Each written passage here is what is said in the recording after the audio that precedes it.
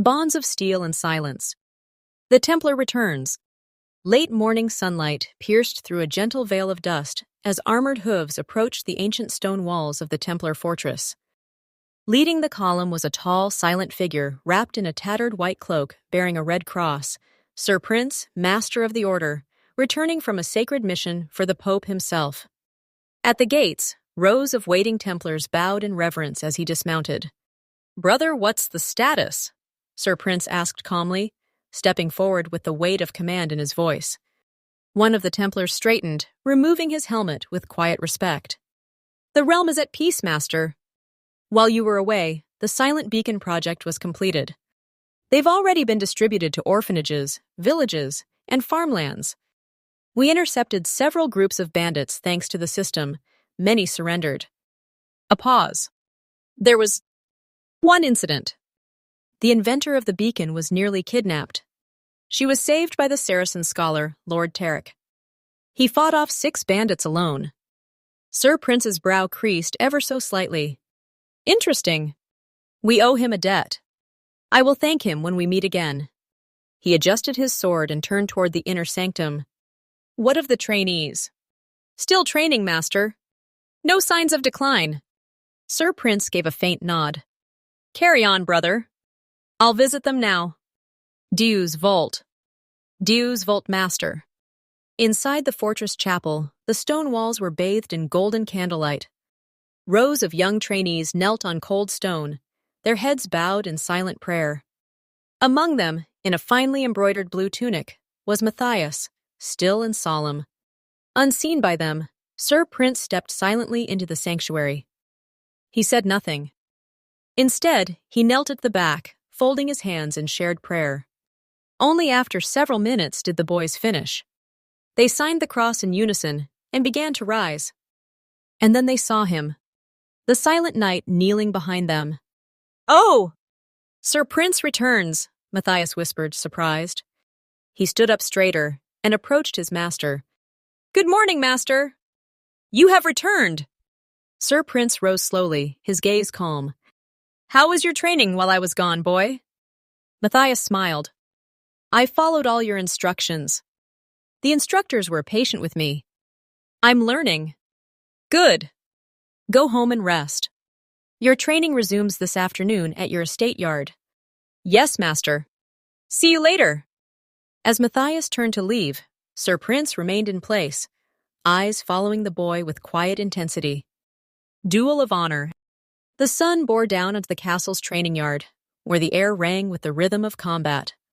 Vincentius, eldest son of Lady Marlene, moved across the yard like a blade in the wind, sharp, focused, relentless. His silver armor glinted as he circled a veteran knight, blade drawn.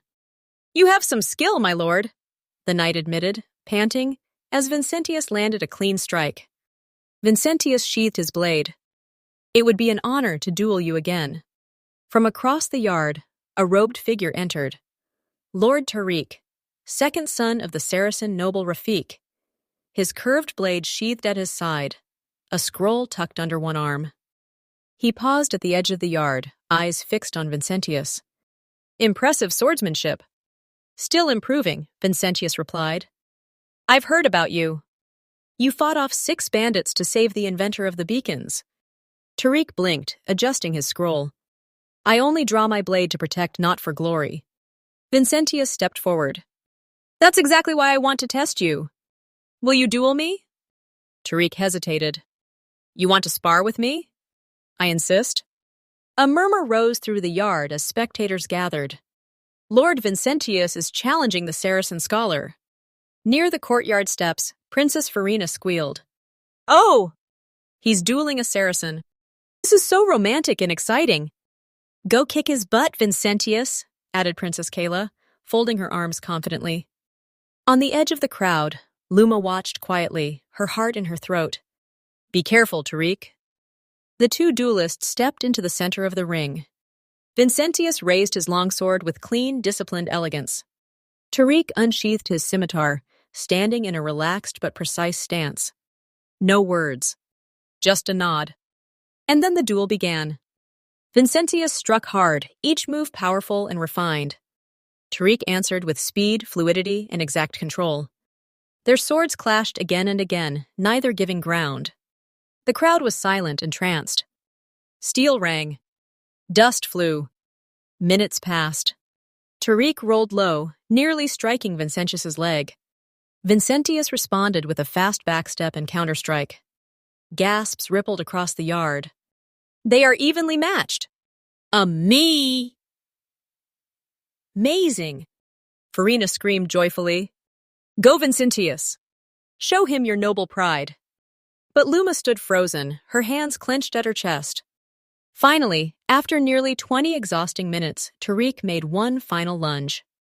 Vincentius twisted, parried, and in one fluid motion, knocked the scimitar from Tariq's hand. The blade clattered to the stone.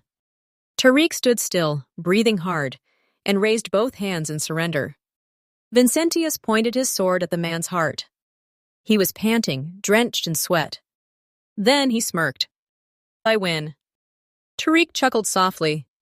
You fought well, Vincentius. Applause erupted. Cheers rang through the yard. He won! He really won! So noble! So skilled! Farina was nearly in tears. My heart can't take it. He's so perfect! But Luma stepped forward quietly as Tariq retrieved his sword. She held out a flask. Are you all right? I am now. Thank you, Miss Luma. You are very kind. She smiled gently. Just helping a friend.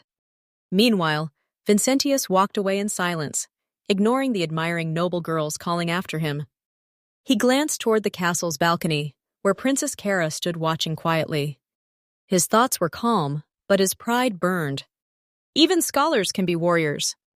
The hidden room. Beneath the estate stables, hidden behind broken boards and straw, was a secret underground hideout they used to hang out in secret.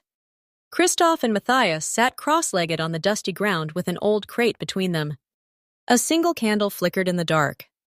Kristoff stared at the flame, silent for a long time. You know, Matthias, Princess Kayla is always watching your brother. Vincentius, he sighed. She likes nobles. Handsome knights. I'm just a barefoot commoner. Not like him. Not like you. Matthias looked at him, surprised, and then frowned. Then try harder. Don't let fear win. Kristoff blinked. Kayla asked Sir Calder to train you. She believes in you. And you? You've built toys out of scraps. Made bows, carved game boards. You're good with your hands. You've got a kind heart. That's more than most lords I know. Kristoff shook his head. But Sir Calder is brutal. He never smiles. I trained so hard I thought about quitting. And yet Kayla brings you water after every session, doesn't she? She watches you. She's proud of you. Matthias's voice grew firmer. If you like her, then don't give up. Stay close. Talk to her. Take risks even when it hurts. Because this world doesn't wait for people who hesitate. Kristoff sat in stunned silence. Then he smiled slowly. You're right. I shouldn't give up. You've changed, Matthias. You're not the same boy you used to be. Matthias looked down, his voice soft. I still remember who I was.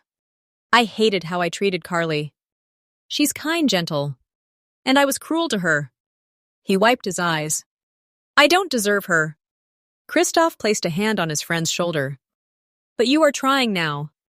That's why you chose to be a Templar. Matthias gave a bitter smile. You're lucky. You still have a chance with Kayla. Me? I'll never have that with Carly. Templars don't marry. But we still feel. We still love. We just learn to endure. A single tear rolled down his cheek. Carly! Kristoff said nothing. He simply pulled his friend closer, his hand steady on Matthias's shoulder. In the silence beneath the stables, two boys shared their pain. And found strength in each other.